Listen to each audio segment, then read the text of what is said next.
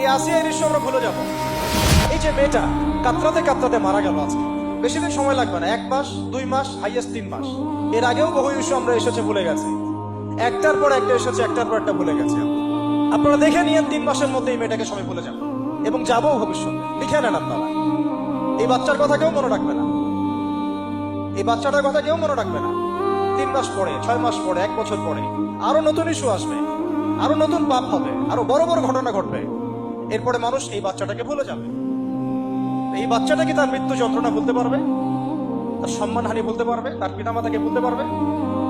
এখন প্রশ্ন হচ্ছে, তার পিতাকেও যদি আমরা জিজ্ঞাসা করি, ইসলামে রেপের শাস্তি হচ্ছে মৃত্যুদণ্ড, আর ব্যভিচারের শাস্তি হচ্ছে অর্ধেক কোমর পর্যন্ত পুঁতে পাথর নিক্ষেপ করে হত্যা করা। এবং বিবাহিত ব্যক্তি হলে এই শাস্তি, অবিবাহিত হলে 100 বেত্রাঘাত, 1 বছরের নির্বাসন এবং সমাজ থেকে বয়কট করা। আর ধর্ষণ হলে সরাসরি মৃত্যুদণ্ড। 3 মাস সময় লাগার কথা না, 3 দিনের মধ্যেই করা সম্ভব।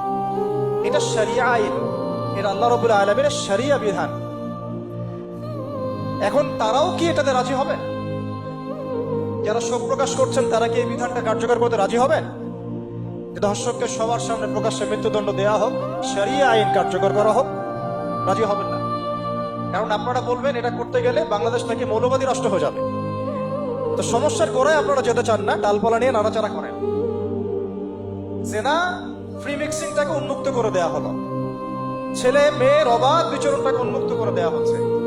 একটা চরম ক্ষুধার্ত মানুষদের সামনে যদি আপনি খাবারকে উন্মুক্ত করে রাখেন, এরপরে যদি কেউ জোর করে খাবার খেয়েও ফেলে, শুধু কি আপনি খাদকের দোষ দিবেন? পুরো সিস্টেমটাই দায়ী, পুরো সিস্টেমটাই দায়ী এখানে।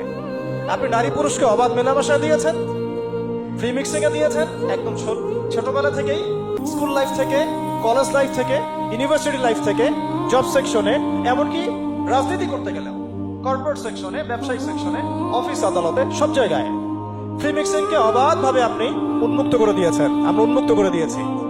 এর উপরে ছড়িয়ে দিয়েছি পর্নোগ্রাফি। পর্নোগ্রাফি সবার ফোনে ফোনে। পর্নোগ্রাফি দেখতে থাকলে একটা মানুষ বাচ্চাকে না, কয়েকদিন পরে পশুর সাথেও জেনা করতে পারে।